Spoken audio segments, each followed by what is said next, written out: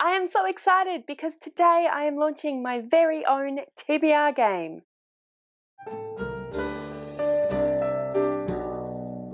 This TBR game is not based on one particular already existing game. It's kind of a bunch of different ideas from a bunch of different other people's TBR games and also just general games. So, for a full list of all the different people who I have watched and gotten ideas from, please look in the description below. There are quite a few of you, but the main people whose TBR games I have been watching for quite some time and who have inspired me to create my own TBR game because of how much fun it looks like and how much I enjoy watching their TBR games. We have Becca from Becca and the Books, and as I'm sure most people are aware, she does her monthly Bookopoly, and in September that inspired a whole month of readathon based on it, which was super fun. There is also Cody from Cody's Book Corner who does her Wheel of TBR, and there's a few other people who do a Wheel of TBR or a variation of some sort of Wheel of TBR, including but not limited to Simone from Me, Simone and I, and Connor from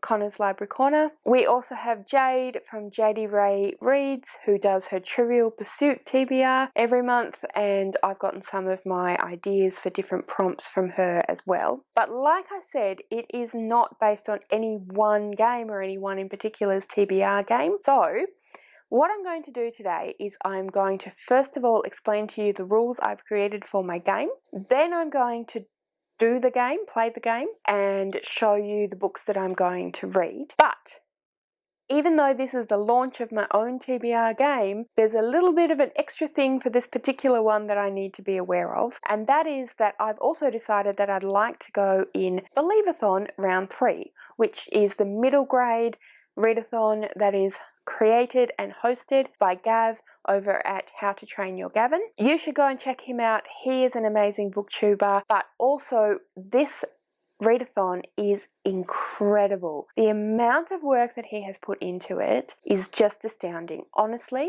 I just wish I had that much passion. I've been aware of Believathon for a while now, but I have yet to go in it.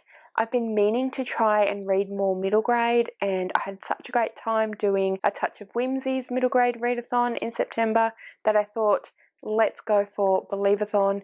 It looks amazing, and here we are. So all of the books that I end up choosing from my TBR game, I'm going to try as much as possible to fit into Believathon. But the nice thing about Believathon is that Gavin has said that essentially if you read one book, you've participated. So there doesn't seem to be any particular finish all the prompts, which works out well because there's actually lots of prompts. So I'll explain more about Believathon once I have gotten up to that part of the video. But the first thing, like I said, is I want to go through and explain my own game that I'll be playing every month from now until, well, basically until I decide I don't want to do it anymore. Without further ado, let's just get started on my TBR. So if you have watched my birthday celebration video where I announce this game and also my Q&A, you would know that I don't actually have a name for it. So if you have any suggestions for names, please do comment below, and I am planning on putting a poll on Twitter so that people can decide what the game will be called. So make your suggestions in the comments below and we'll see where we come out after all of that. So here are the main rules and the way the gameplay will work. First of all, I have this game board that I created. So we have 20 squares on this game board, and as you can see, we have the numbers. So we start with 1, and as you hopefully can see, there's a little not so happy face there, and we end at 20, which hopefully again you can see there is a quite happy face there. So how does it work and why do we have the faces? Well, first of all, so we have the 20 place board. Then we have a pile of cards. I have about 60 or so cards here, and on each of these cards are different prompts that will prompt me to choose a book. So, for example, we have a new to me author, a book set in Australia, a book that's inspired a movie you've already seen, an Indigenous author, and so on. So there's a variety of different prompts that I could that I could find when I go to do the game. As I said, there's about 60 cards here. There is 20 places. So what I'm going to do each month is I'll get the game board out, I'll get the cards out, I will shuffle the cards. Not super good at shuffling, but that's okay. And then I will place 20 cards out on the 20 places on the game board. So that's our first randomizing action. We go from 60 cards down to 20. Then we have a D20 or a 20-sided dice. And because I play Dungeons and Dragons, which is why I am using a 20-sided dice, I've incorporated a couple of rules from combat in Dungeons and Dragons. So in Dungeons and Dragons, when you are in combat, you use the dice, 20-sided dice, to find out whether or not you actually manage to hit the other person or not. If you roll a 1, then you don't hit, and in fact it's worse than that. You actually, say for example, drop your sword or something bad happens, which means that not only did you manage not to hit the person, but you're out of commission for a round. So if I roll a 1 in my game, then not only do I have to do the card that is on the 1 place, but I also have to roll again. And I have to keep doing that depending on whether I keep getting 1s or not. However, again in D&D, if you get a 20, that's called a crit or a natural 20, and it's super exciting and it means that you double your damage, so it's a really amazing thing to roll on. So if I roll on a 20, then I can do a few different things. So I could potentially decide to do the prompt that will be on the card that's on that place, or I can just throw that completely out and decide that, say for example, I rolled 2 1s, so I've already had to do extra rolls, which means I don't want to do anymore, so I can just scrap it all together, or I can just decide to do mood read and either pick then and there anything I want, or wait till somewhere through the month and pick a book, or even potentially decide somewhere through the month to throw out a book, or not to pick the book.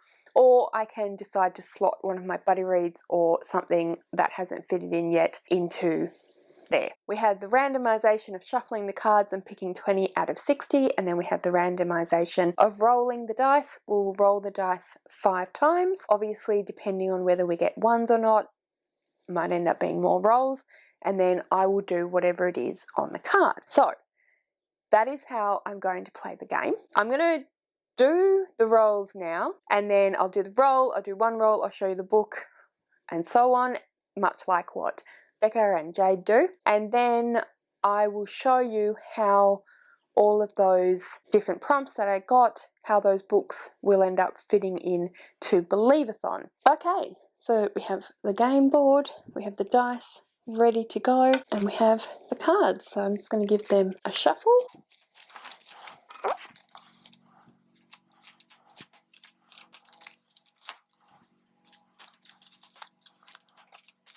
That'll do.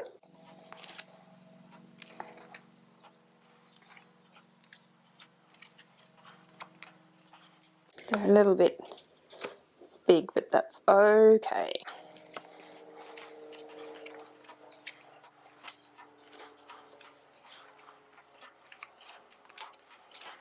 Okay, so we've shuffled the cards, we've placed all of the cards.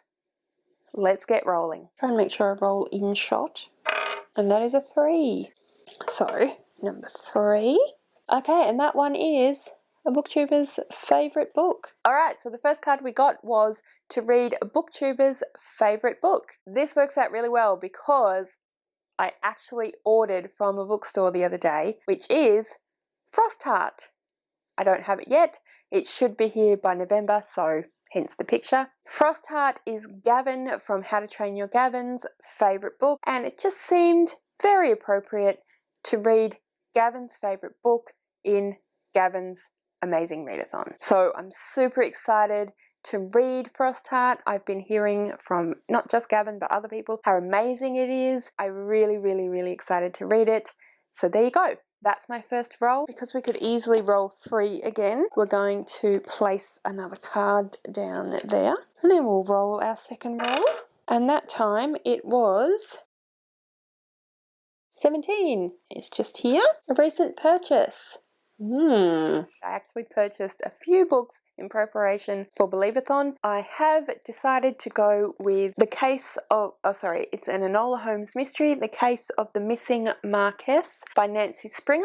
So I bought this the other day. I think you probably would have seen my vlog where I showed you this as a purchase, and yeah, it sounds really interesting. I know that it's been turned into a Netflix movie, which I'm super excited to watch, which I had intended to watch relatively recently. But when I found out it was a book, I thought, what the hell? Let's read the book first. So that is the book that I have chosen for this one. Hopefully it will also fit in with Believathon. I have a feeling that it probably will. So that is my recent purchase. All right, another card on there. And another roll. Oh, and this time we had a 7. No 1s yet. Or 20s. I wonder what will happen. Alright. Ooh, a gift or from a subscription box. So a gift that someone has sent me or something out of my subscription boxes. Okay.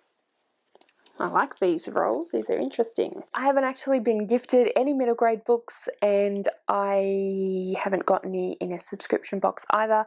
So I've decided to go with Mexican Gothic by Silvia Moreno Garcia. Those of you who have watched the vlog that I put up, I think 2 or 3 vlogs ago, I will link it in the description below, you would see that this was sent to me by Kat from Brews and Reviews, so thank you again, Kat. I am really excited to read this one. It sounds absolutely amazing. Not super crazy long either. 301 pages, so that's pretty doable. So yeah, I'm really excited to have that one. And better put another card down there. Okay, 2 more rolls. 18. This one here, POC author, person of colour. Alright, so roll number 4 was to read a book by a person of colour. So I have decided to read a book that, again, I've only just ordered recently and it hasn't got here yet. Who Am I by Anita Heiss. I ordered this because not only am I trying to read more middle grade, I'm also wanting to read more middle grade from Aboriginal Australian authors, because as a teacher I think that this is a really important area that needs to be much better explored in schools. So I think that one of the best ways for me to do that is to educate myself and find some great books that will help with that as well. So luckily I did order it because now I get to read it, so that's really exciting. I just realised that I haven't actually explained what any of these books are about, so I might do that at the end as well. Sorry, but now that we're most of the way through. Anyway, roll number 5. Fingers crossed for no 1s. And replace that card. 4. Alright, and that's that one. A library book. Awesome. We didn't get a 1 or a 20, but we didn't get a 1.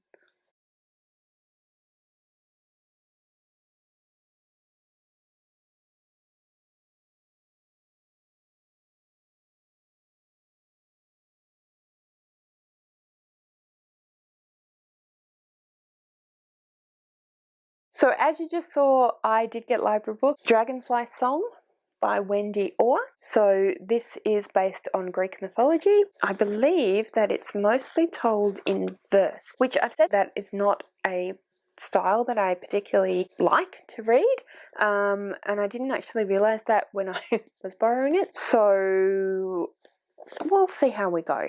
If I do like this, maybe it will get me to read some more books told in verse. There's a few around at the moment. Black Flamingo by Dean Atta, The Poedex, and Clap on Your Land by Elizabeth Acevedo, which are all books that I've heard are amazing, but I've not really wanted to try because of the told in verse thing. But we'll see. If I like this one, maybe I'll feel inspired to pick those up. But yeah, it just sounded really interesting because Greek mythology was my area of study in my undergrad degree and I really, really enjoyed it, hence the book. But then I also found Music for Tigers by Michelle Kadaruzman. So this is a book about, it's set in Tasmania first of all, and it's actually about Tasmanian tigers, and they are extinct, but in this book they're not extinct, and there is a secret little kind of sanctuary where Tasmanian tigers live. So it sounds really, really cool and really interesting. It's really short. It's like 184 pages long or something like that, so it shouldn't take me very long to get through. And yeah, it just sounded really interesting, and they both sounded really, really cool areas that I'm quite interested in, so I really wanted to read them both as well. Yay, you have now watched my inaugural TBR game, which I'm super, super excited about, and I really hope you enjoyed. I'm excited to see what all the different prompts are that come up throughout the next few months and so on. And yeah, I'm just super excited. I think it's going to be really, really fun. Like I said, I don't have a game for it yet, so if you can think of anything that incorporates cards, that incorporates a D20 die, please comment below and let me know. Okay, so now I'm going to go through and tell you about how these books fit into Believathon. They don't all fit into Believathon, but some of them will, so let's just see. Believathon this round is all about mysteries, and to solve the mysteries you have to collect a bunch of different evidence, and each little bit of evidence is a prompt to read a book. So the first one is to collect a key, which means you have to read a book with a mystery element in it. So Enola Holmes will work for that one, definitely. I don't really know much about this book, except that it is about the younger sister of Sherlock and Mycroft Holmes, and she gets embroiled in her own mystery. So it sounds really cool. I love Sherlock Holmes. I actually haven't read that many Arthur Conan Doyle books, but I do love all of the various adaptations and retellings that I have read, which are quite a few. So I'm really excited to read that one. It sounds amazing, and I've heard that the movie is fantastic. Then we have Fingerprints, which is to read a book by an author from a different culture from you. So My Australian Story will fit in there. It is written by an Australian Aboriginal author, and it is about the experience of young children who were taken from their families and put into white homes, which was actually going on until relatively recently, like in the 60s. That's a topic for an entirely different conversation. But yeah, that will be really interesting, and it definitely fits in for that prompt. So there's that one. Then we have The Torn Page, and for that you must read a book with a supernatural element. I'm not 100% sure whether it will, but I think Frostheart has supernatural elements, so I think that will work for this particular prompt, but I'm not 100% sure. It's one of those situations where I may just have to see how I go. Mexican Gothic does, but it's not middle grade, so what can you do? Oh. But I do have another book. I might not get to this one, but if I do, Nevermore by Jessica Townsend, which I'm super excited to read. I have been hearing about this book ever since I started my booktube journey, and I've been really, really wanting to read it and just haven't quite got there yet. So the other day, when I was buying middle grade books for this readathon, I bought Nevermore, and yeah, I'm just super excited. So I definitely think this has got supernatural elements in it, so it'll definitely work for that prompt. So hopefully I will get to it in November, and yeah. Then we have The Crown, which is to read a book set in another world, which Nevermore definitely is, so hopefully I'll get to it because it covers a couple of prompts. Next up we have The Spilled Ink, and for this one you need to read a book that features ghosts. I don't think any of the books that I have mentioned do feature ghosts, so I think I might actually not quite manage to get this prompt. I think I'm doing alright anyway. And then we have The Dagger, and for that you need to read a book with a dangerous setting. So Enola Holmes will probably fit with that one. There's definitely a mysterious element. It is in Victorian London, which wouldn't be super safe for a young girl if she was by herself, which I get the impression that it is. So there's that one. But also there's this one, because this one features young people who have to do a dance of the bulls, and from all the evidence it suggests that it could potentially actually be a sacrifice. So that's a pretty dangerous setting, so that would work for that one as well. Next up we have The Scream, and for this one you have to read an audiobook or read a book aloud. I will absolutely definitely be able to meet this challenge because it's not just a middle grade readathon, you can also use children's picture books and chapter books, and as you all know, I'm a teacher, so I pretty regularly read books to children. So I'm not going to say a specific book that I'm going to be reading to a classroom of kids because it'll depend on what ends up happening in November, but at some point I will definitely read a kid's picture book to a classroom full of kids. So I'll let you know when that happens in a vlog or on Twitter or something, but I definitely will meet that challenge. Next up we have the backpack, and for this one you have to read a book by a new to you author. So I actually have multiple books that could fit for this one. I have never read a book by Nancy Springer, I have never read a book by Wendy Orr, I have never read a book by Jessica Townsend, and I have never read a book by Michelle Kadarusman. So any one of these will work for that prompt. Then we have the footprints, and for that you need to read a book that features a prominent villain. I'm not certain about that one. There's nothing in any of the blurbs that suggests that any of the books that I have been talking about feature a specifically prominent villain. This is one of those ones that I will find out as I go along, so I could do. Next up we have the hand mirror, and in order to receive the hand mirror you must read a book that has a beautiful cover. So again, I mean, any of these books have beautiful covers, but I think that my favourites are Nevermore and Enola Holmes. I happen to think they're both just beautiful. Then we have The Chain, and to get The Chain you must read a book that has a colourful cast of characters, which from the cover I think Nevermore will fit there as well. So Nevermore's fitting a few prompts, so I'm hoping I'll get to it during November. Then we have A Flash of Lightning, and for that you need to read a book that incorporates folk tales. I'm not 100% sure about this one either. I have a suspicion that this one might work for that prompt, but again, I'm not really certain, so again, I'll have to see how I go. And then finally, we have The Shadow, and to get The Shadow, you must read a book that was first published in 2020. And for this one, I'm kind of feel like I'm cheating a little bit, but then again not, because it works for the read a book out loud prompt. But this book, Pig the Blob, which is the latest in the Pig the Pug series, which I've talked about before on my channel, is a book that was published in 2020, and this is a absolute wonderful series. It's a favourite amongst every child I've ever read it to. So like I said, absolutely I will read a book aloud to a group of kids, and I would be very surprised if I did not discover that this book was already in the libraries where I work, but I can definitely just throw it into my bag on one day where I'm working and read it to the kids. So that one works for that challenge as well. So as you just saw, a lot of these books will fit a lot of the prompts for the Believathon readathon.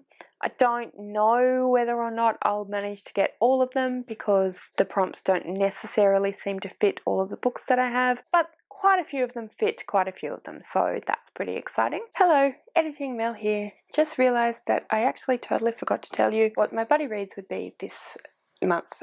So, during November I will be reading The Guest List by Lucy Foley with Connor from Connor's Library Corner. I will link his channel in the description below. You should go check him out. He is great. And I will also be reading Crescent City, House of Earth and Blood by Sarah J. Maas with my friend Alison. Don't know that we're going to get through this monster in just November. Could take us a little bit longer. Those are 2 more books to add to my November TBR. That's it for this video.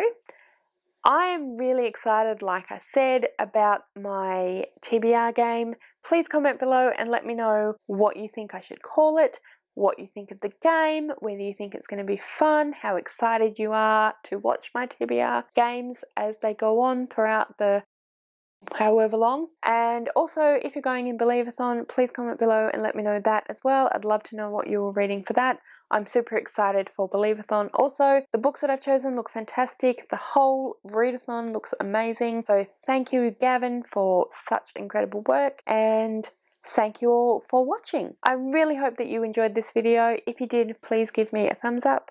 Don't forget to subscribe to my channel, and I'll see you next time.